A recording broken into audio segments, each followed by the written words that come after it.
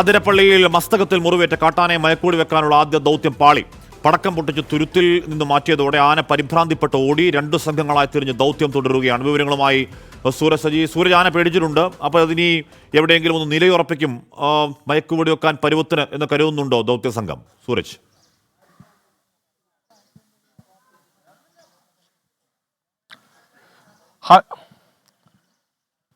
ഹാഷ്മി, ഇപ്പോൾ ഈ ദൗത്യം തുടർന്നുകൊണ്ടിരിക്കുകയാണ്. എനിക്ക് പിന്നിൽ ആനയെ കണ്ടെത്തുന്നതിന് വേണ്ടി വനംവകുപ്പിന്റെ സംഘങ്ങൾ, അത് 2 സംഘങ്ങളായി തിരിഞ്ഞുകൊണ്ടാണ് ഇപ്പോൾ തിരച്ചിൽ നടത്തുന്നത്. ഈ നേരത്തെ നമ്മൾ കണ്ടത് വെറ്റിലപ്പാറ 14 ആന നിലയുറപ്പിച്ചതായിരുന്നു. അവിടെ നിന്ന് ഈ പടക്കം പൊട്ടിച്ച് ആനയെ ഇപ്പോൾ നിൽക്കുന്ന ഈ റബ്ബർ തോട്ടത്തിലേക്ക് എത്തിച്ചതിന് ശേഷം മയക്കുവെടി വെക്കാനായിരുന്നു വനംവകുപ്പ് പദ്ധതിയിട്ടത്. പക്ഷേ ഈ പടക്കം പൊട്ടിച്ചതിന് പിന്നാലെ ആന വലിയ രീതിയിൽ പരിഭ്രാന്തിപ്പെട്ട് ഓടുകയായിരുന്നു. ഇതോടെയാണ് ഈ മയക്കുവെടി വെക്കാനുള്ള ആദ്യ ശ്രമം പാളിയത്.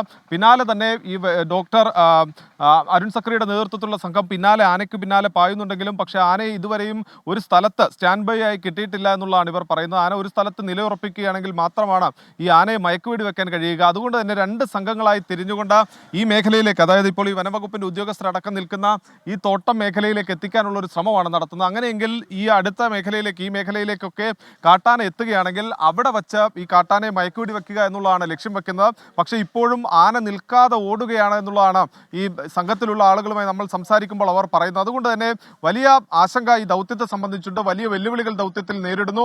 ഇന്ന് രാവിലെയാണ് ചാലക്കുടിപ്പുഴ മുറിച്ച് ആന ഒരു തുരുത്തിൽ നിലയുറപ്പിക്കുന്നത്. അവിടെ നിന്ന് പടക്കം പൊട്ടിച്ച് ആനയെ ഈ റബ്ബർ തോട്ടത്തിൽ എത്തിച്ച് മയക്കുവെടി വെക്കാനുള്ള ആദ്യ ശ്രമം തന്നെ പാളിയിരിക്കുന്നു. പക്ഷേ വനംവകുപ്പിന്റെ ഈ വിദഗ്ധ സംഘം ഒട്ടും പിന്നോട്ടില്ല. അവർ ഇപ്പോൾ ഈ ഉൾക്കാടിനുള്ളിൽ തന്നെ നിലയുറപ്പിച്ചിരിക്കുകയാണ്. സാധാരണഗതിയിൽ ഈ ആന ഈ ഉൾക്കാട്ടിലേക്ക് കയറിക്കഴിഞ്ഞാൽ നാളെ രാവിലെയൊക്കെ ആണെങ്കിൽ അല്ല രാത്രിയോടുകൂടി തിരിച്ചിറങ്ങുന്നതാണ് പതിവ്. പക്ഷേ വനംവകുപ്പ് ഇപ്പോഴും പ്രതീക്ഷ വെക്കുന്നു, ആനയെ മടക്കി കൊണ്ടുവരാൻ കഴിയും എന്നുള്ള പ്രതീക്ഷയിലാണ് വനംവകുപ്പിന്റെ സംഘമുള്ളത്. അതുകൊണ്ട് തന്നെ 2 സംഘങ്ങളായി തിരിഞ്ഞുകൊണ്ട് ഈ ആനയെ ഉൾക്കാട്ടിൽ നിന്ന് ഇപ്പോൾ ഈ മേഖലയിലേക്ക്, അതായത് പ്ലാന്റേഷൻ മേഖലയിലേക്ക് എത്തിക്കാനുള്ള ഒരു ശ്രമമാണ് തുടർന്നുകൊണ്ടിരിക്കുന്നത്. ഹാഷ്മി.